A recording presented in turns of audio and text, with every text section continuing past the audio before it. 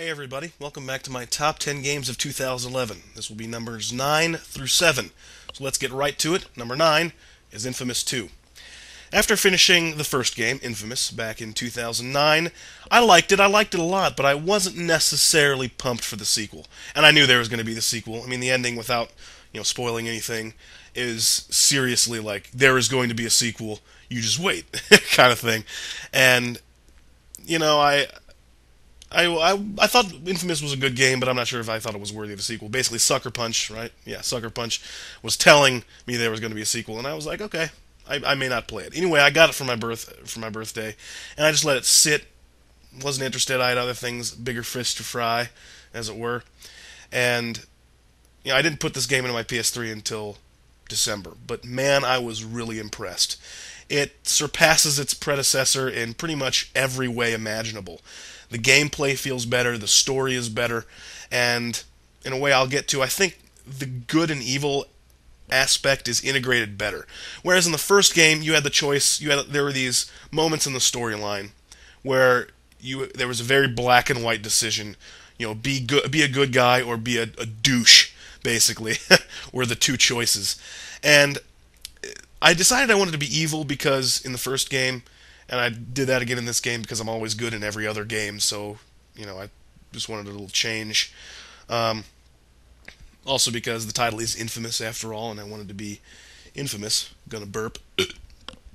Uh, Sorry about that. Uh, where was I? Anyway, yeah, the decision in the first game felt like too cheap, too easy. Like no one's gonna choose to be this much of a douche just because they can. And I didn't really get it.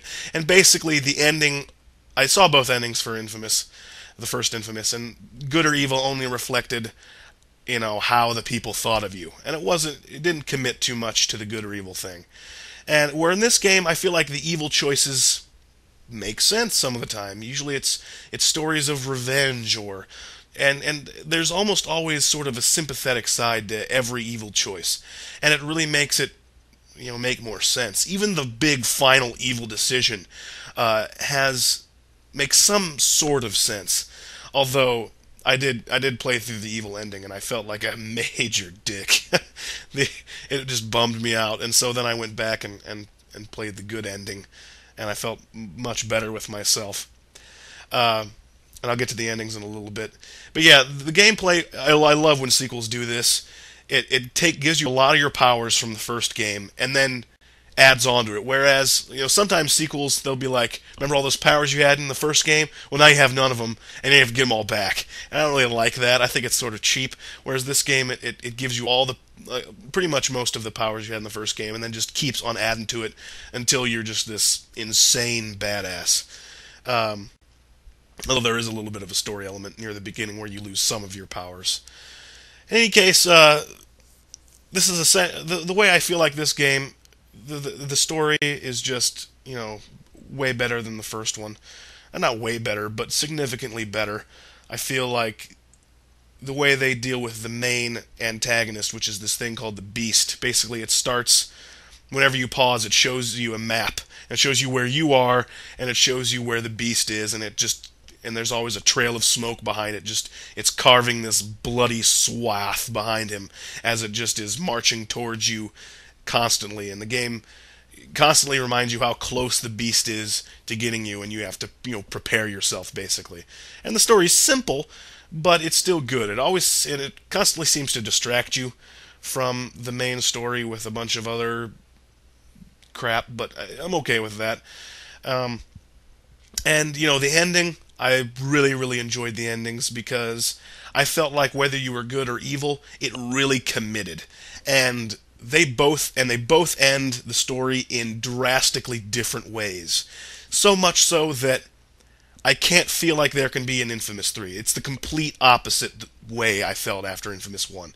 Infamous 1, it was like, there's going to be a sequel. After this game, I was like, I don't know how they're going to make a sequel. Not only are the two, the canon splits into two drastically different realities, but also they're both really final. They both feel really final, which is it seems like a big move to me.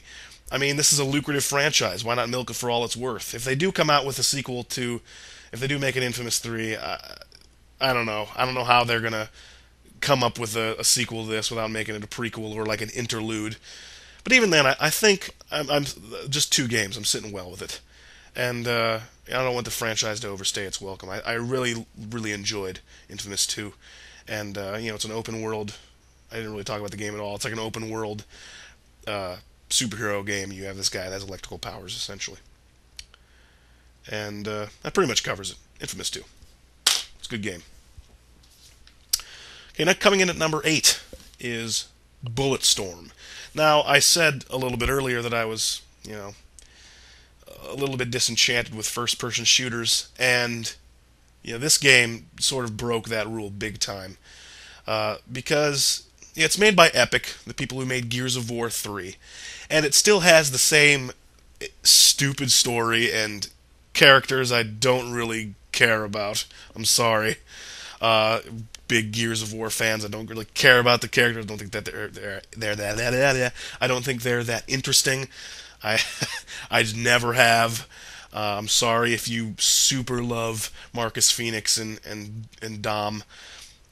And the game still has this stupid dude bro dialogue and dumb jokes and moments of undeserved reverence. But unlike the Gears of War franchise, it doesn't take itself seriously. And I think that's the key part of this game. The key atmospheric part of this game is that it's goofy. And it's okay with being goofy because it knows it's goofy. Whereas, like, with the Gears of War series, they're always like, dark and all. Where this game, they have the same dialogue, but it's just kind of a fun game. That's part of it. But really, the central part of this game for me is the gameplay. First of all, the guns in this game, oh my gosh, some of the most fun guns I have ever used. Let me just talk about a few. There's one that shoots this bouncing, exploding ball. And basically, you can kick this ball around, and every time it hits the ground, it'll explode. And it keeps bouncing around. You can kick it and move it around so it hits enemies and explodes. That's just one of them.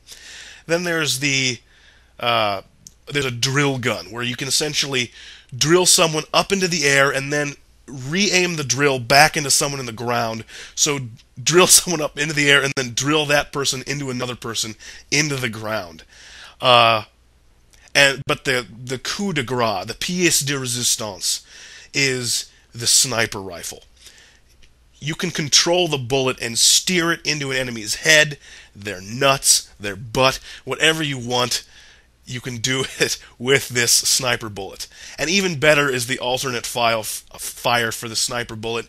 You steer it into somebody, you steer the sniper bullet into somebody, and then you can still steer the sniper bullet and steer this now dead body around into other enemies and then detonate the bullet. I mean, come on. That is just so much fun. If you don't already feel like you want to play this game just to see that gun in action, I don't know what's wrong with you, but I mean, come on. So much fun. That's half the fun. The other half is the major gameplay element in this game, which is the points system, the skill shots. Basically, you are awarded with points, currency for buying ammo and weapon upgrades and stuff like that, by pulling off these fancy skill shots. Shooting a guy in the head is 25 points. So, a headshot is pretty good. Killing an enemy is only 10. If you kill him unimpressively, it's only 10. So shooting a guy in the head is 25 points. But if you shoot a guy in the neck, it's 50. But if you shoot a guy in the balls and then kick his head off, it's 100 points. And the game gives you a bunch of tools. Some are gun specific, and you also have a leash and a really powerful kick that you use. And basically, you leash enemies towards you, and it starts kind of a bullet time, so it's slow, and you can, do something fancy with it. So, like, then you can leash someone and then kick them and then shoot them in the head, and that's extra points. So, I mean, you start talking like you leash a guy up into the air, and then shoot another guy in the balls, kick his head off, and then kick the guy that is in the air and kick him into the cactus after you kill the other guy before the other guy hits the ground, you're starting to rack up crazy amounts of points. And the number of skill shots in the game are huge. There are so many. And the game rewards you for trying out new ones. Basically, every time you pull off a new skill shot, it's worth 5 times the base value. So the first time you pull off a 25-point skill shot, it's 125 points. The first time you pull off a 50, it's 250 points. The first time you pull off a 100-point skill shot, it's 500 points. So it rewards you for trying out new things, and it makes you approach combat in unique ways every time. And there are also hidden skill shots, like, there's that gigantic fan over there. I bet if I kick a guy into it, it's going to kill him and turn him in and give me a skill shot. And sure enough, you kick a guy into it, he turns into red mist and unlocks a secret skill shot you didn't even know existed. So I think what Gears of War has in polish and maybe atmosphere, this game has the same sort of gameplay, but has, in my opinion, 5 times the amount of fun. I think it is just a super fun game that makes its merits totally on gameplay, and for that reason, I think it'll appeal to just about anyone. So, check out Bulletstorm. Okay, coming in at number 7 is another first-person game, Deus Ex Human Revolution. I played this game on a friend's request, not expecting to enjoy it or anything like that. But man, I really did. I never played the original game. This is a prequel to Deus Ex, which is a PC game that came out in 2000, I think, or 2001, long time ago. Never played it. I probably could go back, but I don't really have a desire to. And this game stands on its own. It doesn't feed off of the original. It's not like a thing where you had to play the original first. But this game combines, again, great gunplay, some cover-based stuff, and stealth. And I hadn't played a really good stealth game since Metal Gear Solid. And I think this game does it well because you can approach either situation. You can approach the situation either way and get a rewarding experience out of it both ways. Are you going to sneak up on this guy and hit him with a stun gun and then hide his body somewhere and then pick off his other friends? Are you going to hack this turret to take out all these guys? Or are you going to just go in guns a-blazing and tear them to pieces? You are awarded with just a little bit more experience points for being stealthy, but again, if you want to do a combination of just combat and stealth, that's fine too. That's kind of how I approached the game. I tried to be stealthy with every encounter, and I got better as I went along. And if I alerted guards, I just went with it and decided to just sort of, go nuts, go gun crazy. There were some moments. I have a compulsion to clear a room, even though a lot of times in this game, if you sneak past enemies, that's fine. And so that kind of got me into some situations, because if you knock an enemy out and another enemy finds the body, first of all, he's gonna rejuvenate them, and then they're gonna set off an alarm. And if the alarm goes off, then pretty soon the turrets are looking for you, their robots are looking for you, and basically, as you get experience points, you have to spend them in these various branches. If you want to be good at hacking, you have to spend your experience points to hack. If you want to be able to lift heavy things out of your way to find new secret ways to get around. That's great too. And the game always rewards you for exploration. You'll get experience points just for going to places that are off the beaten path. And there's always, 5, 6 different ways to approach any given scenario. And I really think the game benefits because of that. It's a stealth game that doesn't give you too much crap for not, being stealthy. And I got a silenced pistol, and that was pretty much what I used for the majority of the game. You do get more points for only knocking an enemy unconscious than killing him, but only a little bit more points. In any case, I just thought the atmosphere was great. The characters and the voiceovers fall into a bit of a stereotype, and I was okay with that. It didn't bother me too much.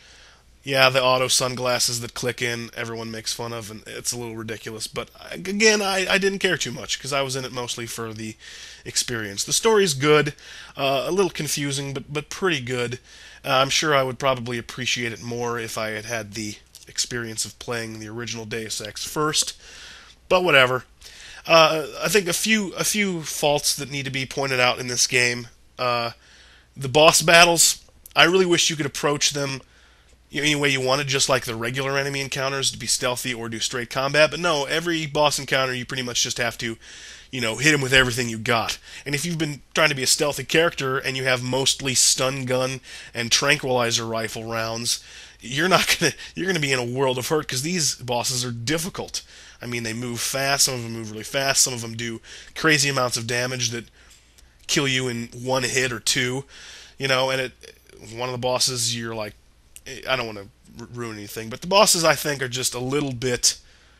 They approached them the wrong way. Also, the ending's kind of lame, but whatever.